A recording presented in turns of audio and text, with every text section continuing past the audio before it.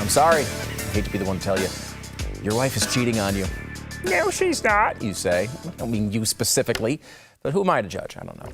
Well, I don't have a wife. I'm a woman. I don't mean you specifically, but I say again, who am I to judge?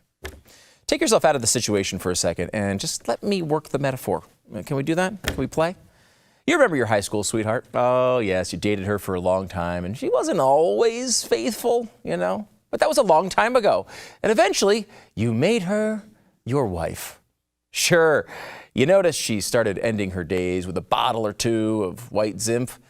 That's okay, you know, adulting is hard, and it was good to see her get a hobby. You know, she really seemed to dive into that yoga class with the handsome instructor who honestly does seem to text her at inappropriate hours. And there was that time that you borrowed her phone, and there was that really explicit picture on it of her and the yoga instructor. You know, when you confront her about this, of course, first there's denial, then there's excuses, and then there's blame. Eventually, she gets to an apology and a promise to tell the truth from now on. That's China. China is our wife. We can go back in history and catalog all the times they cheated on us before. Like the time they told us, those aren't prison camps at all.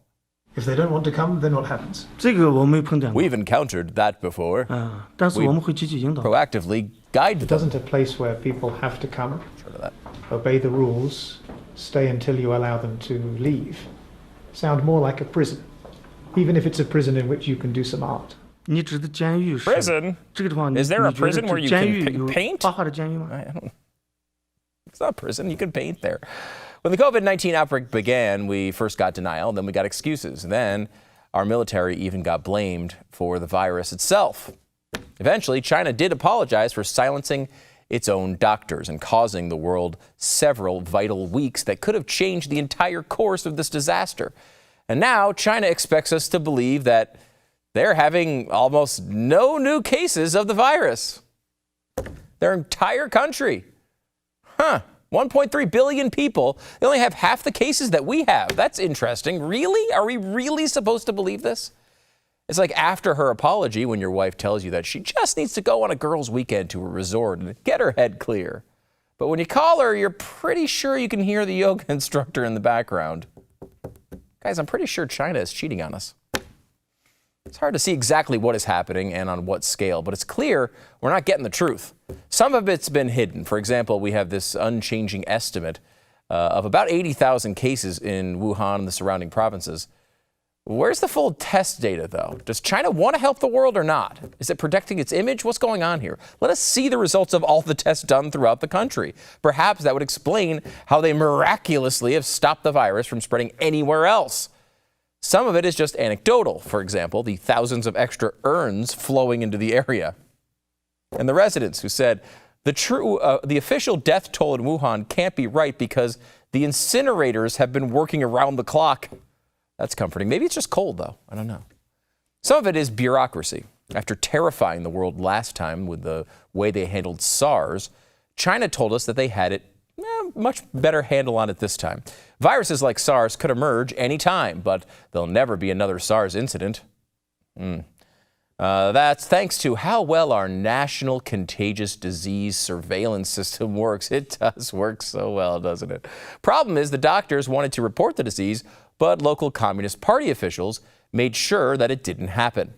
The local health administration clearly made a choice not to use the reporting system, said a professor of political science. It's clear they were trying to resolve the problem within the province. Oops. As we've talked about before, during this time, they expelled reporters from the Washington Post, the New York Times, and the Wall Street Journal, which only makes their favorable media treatment in America that much more perplexing. They only just admitted that they haven't been reporting on asymptomatic cases, which can make a massive difference in their numbers. Much of this might seem unimportant. It sure, does seem unimportant to the media, at least. But we desperately need to understand what is happening in China so that we can craft our response to the virus. For example, if China has really moved past the virus, why are they closing down the buildings they reopened? They opened up their movie theaters, and then they closed their movie theaters. They opened up parks and entertainment attractions, and then they closed parks and entertainment attractions. They opened up internet cafes, and then they closed internet cafes. They opened up their skyscrapers, and then they closed their skyscrapers, including the second tallest building in the world, the Shanghai Tower. They opened up their shady hot girl hostess businesses, and then they closed their shady hot girl hostess businesses. That last one I only know because someone signed me up for their email newsletter. If I ever find out who it was, wow, am I going to be upset at you. The point is, there is literally no way we're getting the numbers from China that are actually real. This is not academic, and it's not about pride. I don't care if we have the most cases. It's about having the correct information so that we can protect American lives. What exactly is going on in China? We don't know. We only know that it's worse than they're telling us. Why are they taking their numbers and feeding them to us, and why is our media asking us to take it seriously? Why is our media believing them? Jim Garrity of National Review, who has been a must-read and has documented what China has been doing better than anyone through the past few months, asks a couple of terrifying questions today. What if the only effective way to slow the spread of the virus is to take measures that are absolutely catastrophic for a country's economy? And what if China endured the lockdown conditions for as long as the country's economy could bear, just short of the extreme conditions that could prompt a revolt against the current regime, and then reopen the factories, hoping that a second wave of coronavirus wouldn't be too harmful? I don't think I even want to know the answers to those questions, but we need to. Just like you don't necessarily want to know how that slinky yellow banana hammock got stuck kind of in the door of your wife's car. She keeps saying it's a present for you, but that doesn't make any sense because your waist is not that small and the rest of you is not that big. I hate to be the one to break it to you, but it belongs to the yoga instructor. And just like the coronavirus, it was made in China too.